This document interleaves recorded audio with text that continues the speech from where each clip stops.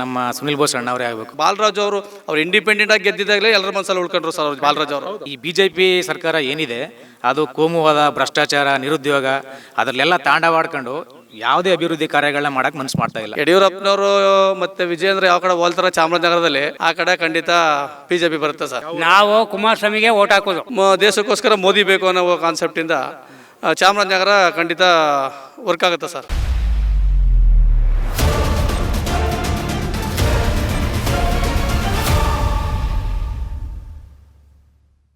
Sir ನಮಸ್ಕಾರ, ನನ್ನ ಹೆಸರು ರಾಜು ನಾಯ್ಕ್ ಅಂತ.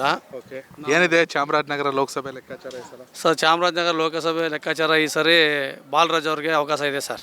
ಯಾವ ಕಾರಣಕ್ಕೆ ಅಂತೀರಾ? ಒಂದು, ಜನರ ಮನಸ್ಸಲ್ಲಿ ಮೋದಿ ಅಲೆ ಇದೆ. ಮೋದಿ ಅಲೆ ಇದೆ ಅನ್ನೋದು ಒಂದು ಕಾನ್ಸೆಪ್ಟ್ ಆದರೆ, ನೆಕ್ಸ್ಟ್ ಇನ್ನೊಂದು ಆಪೋಸಿಟ್ ಕ್ಯಾಂಡಿಡೇಟು ಸ್ವಲ್ಪ ವೀಕು ಅಂತ ಅನಿಸುತ್ತೆ. ಯಾವ ಕಾರಣಕ್ಕೆ ಸುನಿಲ್ ಬೋಸ್ ವೀಕು? ಸುನಿಲ್ ಬೋಸ್ ಯಾವ ಕಾರಣಕ್ಕೆ ವೀಕು ಅಂದರೆ ಚಾಮರಾಜನಗರ ಜಿಲ್ಲೆಯಲ್ಲಿ ಅವ್ರದ್ದು ಒಡನಾಟ ಕಮ್ಮಿ ಮತ್ತು ಅಲ್ಲಿ ಸ್ವಲ್ಪ ಅವರು ಯಾವುದೇ ಥರದ ಪ್ರೋಗ್ರಾಮ್ ಆಗಲಿ ಕಾರ್ಯಕ್ರಮಗಳಲ್ಲಿ ಹಾಕೊಂಡಿಲ್ಲ, ಜನಗಳ ಮನಸ್ಸಲ್ಲಿಲ್ಲ. ಆ ವಿಚಾರದಲ್ಲಿ ಅಲ್ಲಿ ಸ್ವಲ್ಪ ವೀಕು ಅಂತ ಅನಿಸುತ್ತೆ. ಬಟ್ ಈ ಸರಿ ಎಲ್ಲರೂ ಮೋದಿ ಅಲೆ ಇದೆಯಲ್ವಾ, ಬಟ್ ದೇಶಕ್ಕೆ ಮೋದಿ ಬೇಕು ಅನ್ನೋ ಉದ್ದೇಶದಿಂದ ಕರ್ನಾಟಕದಲ್ಲಿ ಕಾಂಗ್ರೆಸ್ ಇದ್ರೂ ದೇಶಕ್ಕೋಸ್ಕರ ಮೋದಿ ಬೇಕು ಅನ್ನೋ ಕಾನ್ಸೆಪ್ಟಿಂದ ಚಾಮರಾಜನಗರ ಖಂಡಿತ ವರ್ಕ್ ಆಗುತ್ತೆ ಸರ್. ಓಕೆ, ಅದು ನಿಮ್ಮ ಅಭಿಪ್ರಾಯ. ಆಯ್ತು, I agree with you. But ನಾನು ಕೇಳೋದು, ಸರ್ 8ರಲ್ಲಿ 7 ಜನ ಕಾಂಗ್ರೆಸ್ ಶಾಸಕರು, ಒಬ್ಬರೇ ಒಬ್ರು JDS ಶಾಸಕರು 100, ಬಿಜೆಪಿ ಒಬ್ಬರೇ ಒಬ್ರು MLA ಇಲ್ಲ. ಇಷ್ಟಾದರೂ ಕೂಡ ಬಾಲರಾಜ್ಗೆ ಬರೀ ಮೋದಿ ಫ್ಯಾಕ್ಟ್ರು ಮಾತ್ರ ವರ್ಕ್ ಆಗುತ್ತೆ ಅನ್ಸುತ್ತೆ. ಖಂಡಿತ ಸರ್, ಖಂಡಿತ. ಯಾಕೆಂದರೆ ಸರ್ ಆಪೋಸಿಟ್ ಕಾಂಗ್ರೆಸ್ನವ್ರು ಹಾಕಂತ ಆಪೋಸಿಟ್ ಕ್ಯಾಂಡಿಡೇಟ್ ಮೇಲೆ ಡಿಪೆಂಡ್ ಅದು.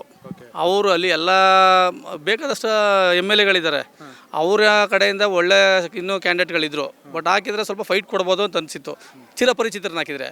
ಬಟ್ ಸುನಿಲ್ ಬೋಸ್ ಅವರು ನರಸೀಪುರ ಕಡೆ ಚಿರಪರಿಚಿತರಾಗಿದ್ದಾರೆ ಹೊರತು ಚಾಮರಾಜನಗರಕ್ಕೆ ಅವರು ಚಿರಪರಿಚಿತರಲ್ಲ. ಈಗ ಬಾಲರಾಜು ಕೂಡ ಕೊಳ್ಳೆಗಾಲದ ಕಡೆಗೆ ಸೀಮಿತ ಅಂತ ಹೇಳ್ತಾರೆ, ಚಾಮರಾಜನಗರ ಸೀಮಿತ ಅಂತ. ಆದ್ರೂ ಕೆಲವು ವಿಚಾರದಲ್ಲಿ ಚಾಮರಾಜನಗರದಲ್ಲಿ ಬಂದು ಅವರು ಸಭೆಗಳು ಮಾಡಿದ್ದಾರೆ. ಎಲ್ಲ ಕಡೆ ಈ ಮಠ ಮಾನ್ಯಗಳಿರ್ಬೋದು, ಮತ್ತು ಎಲ್ಲ ಕಡೆ ಅವರು ವಿಸಿಟ್ ಕೊಟ್ಟಿದ್ದಾರೆ. ವಿಸಿಟ್ ಕೊಟ್ಟು ಜನಗಳ ಮನಸ್ಸು. ಬಟ್ ಬಾಲರಾಜು ಅವ್ರು ಇಂಡಿಪೆಂಡೆಂಟ್ ಆಗಿ ಗೆದ್ದಿದ್ದಾಗಲೇ ಎಲ್ಲರ ಮನಸ್ಸಲ್ಲಿ ಉಳ್ಕೊಂಡ್ರು ಸರ್ ಅವ್ರು. ಬಾಲರಾಜು ಅವರು ಇಂಡಿಪೆಂಡೆಂಟ್ ಆಗಿ ಗೆದ್ದಾಗಲೇ ಎಲ್ಲರ ಮನಸ್ಸಲ್ಲಿ ಉಳ್ಕೊಂಡ್ರು. ಆ ಒಂದು ಉದ್ದೇಶದಿಂದ ಎಲ್ಲ ಪ್ರಚಾರ ಆಗಿದೆ. ಬಟ್ ಬಾಲರಾಜು ಯಾರು ಅನ್ನೋದು ಗುರುತಿಸ್ಕೊಂಡಿದ್ದಾರೆ. ಮತ್ತು ಯಡಿಯೂರಪ್ಪನವ್ರ ಆಶೀರ್ವಾದ ಚೆನ್ನಾಗಿದೆ ಅವ್ರಿಗೆ, ಅದರಿಂದ ಬಾಲರಾಜು ಅವರು ಗೆಲ್ತಾರೆ. ಯಡಿಯೂರಪ್ಪನವರು ಮತ್ತು ವಿಜಯೇಂದ್ರ ಯಾವ ಕಡೆ ಹೋಲ್ತಾರ ಚಾಮರಾಜನಗರದಲ್ಲಿ ಆ ಕಡೆ ಖಂಡಿತ ಬಿಜೆಪಿ ಬರುತ್ತೆ ಸರ್. ಕಾಂಗ್ರೆಸ್ ಸರ್ಕಾರ ಗ್ಯಾರಂಟಿ ಯೋಜನೆ ನುಡಿದಂತೆ ನಡೆದಿದ್ದೀವಿ. ಸಿದ್ದರಾಮಯ್ಯ ಅವರ ಅನುಭವ, DK ಶಿವಕುಮಾರ್ ಅವ್ರ ಚಾಣಾಕ್ಷತನ, ಮಹದೇವಪ್ಪ ಅವ್ರ ವರ್ಚಸ್ಸು, ಸಿದ್ದರಾಮಯ್ಯ ಅವ್ರ ಪ್ರತಿಷ್ಠೆ, ಇದ್ಯಾವುದು ಸುನಿಲ್ ಬೋಸ್ಗಾಗಲ್ಲ. ಖಂಡಿತ ಅವ್ರಿಗೆ ಆಗಲ್ಲ ಸರ್.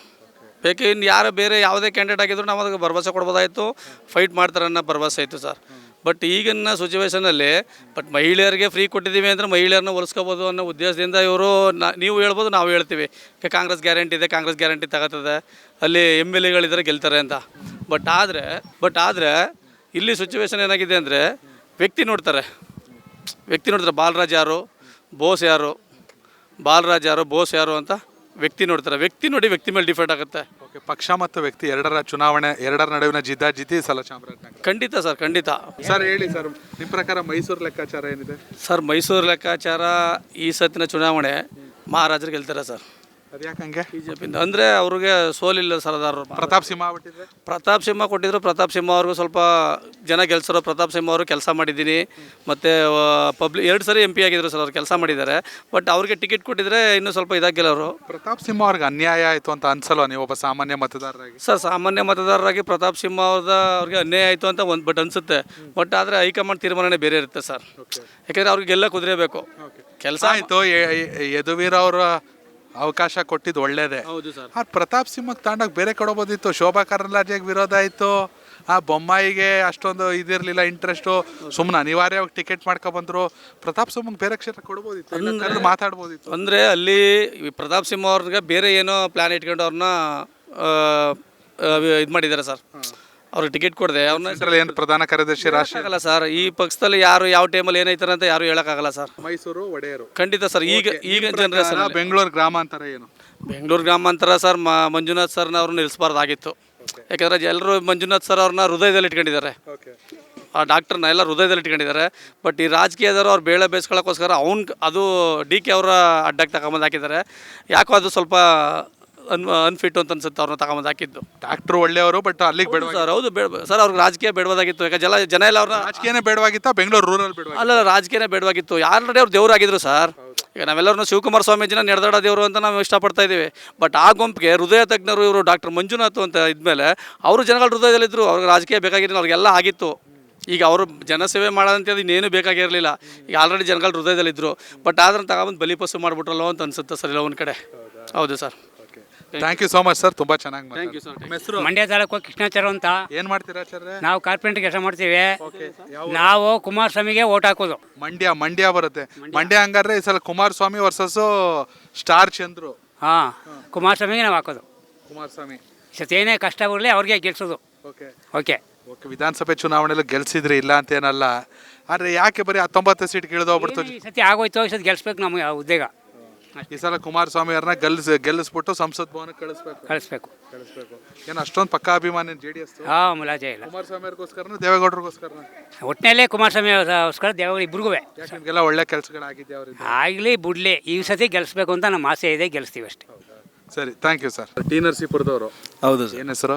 ಮಧು ಅಂತ ಸರ್. ಏನಿದೆ ಚಾಮರಾಜನಗರ ಲೋಕಸಭೆ ಸಲ? ಸರ್, ಸುನಿಲ್ ಅಣ್ಣಂಗೆ ಖಚಿತವಾಗಿ ಗೆಲುವು ಇದ್ದೇ ಇದೆ. ಓಕೆ.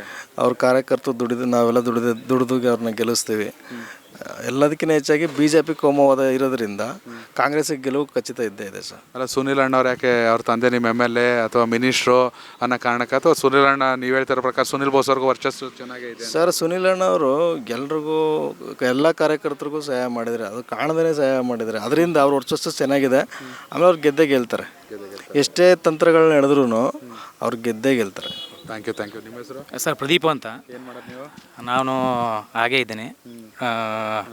ಮಾಸ್ಟರ್ ಡಿಗ್ರಿ ಆಗಿದೆ. ಹೇಗಿದೆ ನಿಮ್ಮ ಪ್ರಕಾರ ಹೇಳಿ ಸರ್? ಈಗ ತಾನೇ ಡಿಗ್ರಿ ಮುಗಿಸಿದ್ದೀರಾ. ನಿಮ್ಮ ಕ್ಷೇತ್ರ ಅಭಿವೃದ್ಧಿ ಆಗ್ಬೇಕು, ನಿಮ್ಮ ಜಿಲ್ಲೆ ಅಭಿವೃದ್ಧಿ ಆಗ್ಬೇಕು, ಚಾಮರಾಜನಗರ ಅಂದರೆ ಯಾರು ಸಂಸದರಾಗಬೇಕು? ಸಂಸದರು ಯಾರಾಗಬೇಕು ಅಂತಂದರೆ ನಮ್ಮ ಸುನಿಲ್ ಬೋಸ್ ಅಣ್ಣವರೇ ಆಗಬೇಕು. ಯಾಕೆ ಅಂತಂದರೆ ಅವರು ಕಾಣದೇ ಎಷ್ಟೋ ಕೈಗಳಿಗೆ ನೆರವಾಗಿದ್ದಾರೆ. ಹಾಗೆ ಕೂಡ ಅಭಿವೃದ್ಧಿ ಕೆಲಸದಲ್ಲೂ ಕೂಡ ಸದಾ ಯಾವಾಗಲೂ ಮುಂದೆ ಇರ್ತಾರೆ. ಈಗ ಅವ್ರ ತಂದೆಯವರಾದ SC ಮಹದೇವಪುರ ಕೂಡ ತುಂಬ ಅಭಿವೃದ್ಧಿ ಕಾರ್ಯಗಳನ್ನ ಮಾಡಿರೋದನ್ನ ನೀವು ನೋಡಿರ್ತೀರ. ಯಾಕೆ ಅಭಿವೃದ್ಧಿ ಕಾರ್ಯಗಳನ್ನ ಮಾಡಿಬಿಟ್ಟು ರಸ್ತೆಗಳ ರಾಜ ಅಂತ ಅಂದ್ಬಿಟ್ಟು ಬಿರುದನ್ನ ತಗೊಂಡಿದ್ದಾರೆ. ಅದೇ ರೀತಿ ಕೂಡ ಇವರು ನಮ್ಮ ಸುನಿಲ್ ಬೋಸ್ ಅಣ್ಣವರು ಮುಂದೆ ಸಂಸದರಾಗಿದ್ಕೊಂಡು ಅವ್ರ ಅವ್ರಿಗಿಂತ ಜಾಸ್ತಿ ಅಭಿವೃದ್ಧಿ ಕಾರ್ಯಗಳನ್ನ ಮಾಡ್ತಾರೆ ಅಂತ ಅನ್ನೋದು ನನ್ನ ಮಾತು.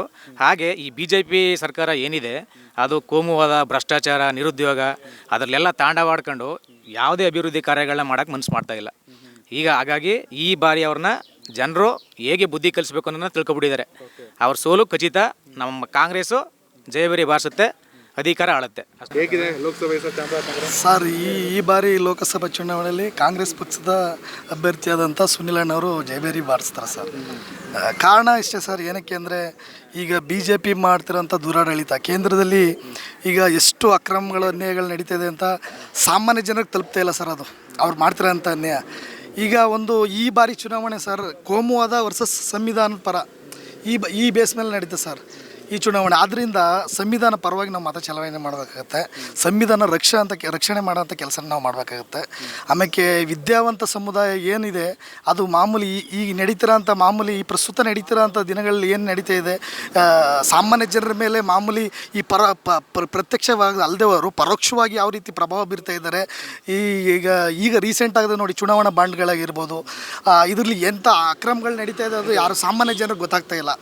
ಆದ್ದರಿಂದ ಈ ಬಾರಿ ಅಭಿವೃದ್ಧಿಗೆ ಅಥವಾ ತುಂಬ ಅಸಂಘಟಿತರು, ದಲಿತರು ಅಥವಾ ಹಿಂದುಳಿದವರು, ಅಸಬಲರಿಗೆ ಏನು ಈಗ ಒಳ್ಳೊಳ್ಳೆ ಯೋಜನೆಗಳನ್ನ ಜಾರಿ ಮಾಡ್ತಾರಂಥ ಕಾಂಗ್ರೆಸ್ ಪಕ್ಷದ ಅಭ್ಯರ್ಥಿಯಾದಂತಹ ಸುನಿಲ್ ಬೋಸ್ ಅವರು ಗೆಲುವು ಸಾಧಿಸ್ತಾರೆ ಅಂತ ಹೇಳ್ತೀವಿ ಸರ್. Thank you. ಯೂಟ್ಯೂಬ್ನಲ್ಲಿ ಕರ್ನಾಟಕ ಟಿವಿ ಅಂತ ಸರ್ಚ್ ಮಾಡಿ, ನಂತರ ನಮ್ಮ ಕರ್ನಾಟಕ ಟಿವಿ ಸಬ್ಸ್ಕ್ರೈಬ್ ಮಾಡಿ. ಸಬ್ಸ್ಕ್ರೈಬ್ ಆದಮೇಲೆ ನಿಮಗೆ ಹೋಮ್ ಪೇಜ್ ಬಂದರೆ ಕಮ್ಯುನಿಟಿ ಅನ್ನೋ ಆಪ್ಷನ್ ಸಿಗುತ್ತೆ. ಈ ಕಮ್ಯುನಿಟಿ ಆಪ್ಷನ್ ಕ್ಲಿಕ್ ಮಾಡಿದ್ರೆ ನಿಮ್ಮ ಕೆಳಗಡೆ 28 ಲೋಕಸಭಾ ಕ್ಷೇತ್ರಗಳ ಒಂದು ಪೋಲ್ ಕ್ರಿಯೇಟ್ ಮಾಡಲಾಗಿದೆ. ನೀವು ಹೋಗಿ 28 ಕ್ಷೇತ್ರಗಳಲ್ಲಿ ಯಾರು ಗೆಲ್ತಾರೆ, ಯಾರು ಗೆಲ್ಲಬೇಕು, ನಿಮ್ಮ ಸಪೋರ್ಟ್ ಯಾರಿಗೆ ಅಂತ ಅಲ್ಲಿ ನೀವು ಕ್ಲಿಕ್ ಮಾಡ್ಬೋದು, ಅಂದರೆ ವೋಟ್ ಮಾಡ್ಬೋದು. ಇಲ್ಲೇನು ವೋಟಿಂಗ್ ಆಗುತ್ತೆ ನಾವು ಪ್ರತಿದಿನ ನ್ಯೂಸಲ್ಲಿ ನಿಮಗೆ ಅಪ್ಡೇಟ್ ಮಾಡ್ತಿರ್ತೀವಿ. ಇದು ಮತದಾನದ ದಿನದವರೆಗೂ ಕೂಡ ಈ ಪೋಲಿಂಗ್ ಓಪನ್ ಇರುತ್ತೆ.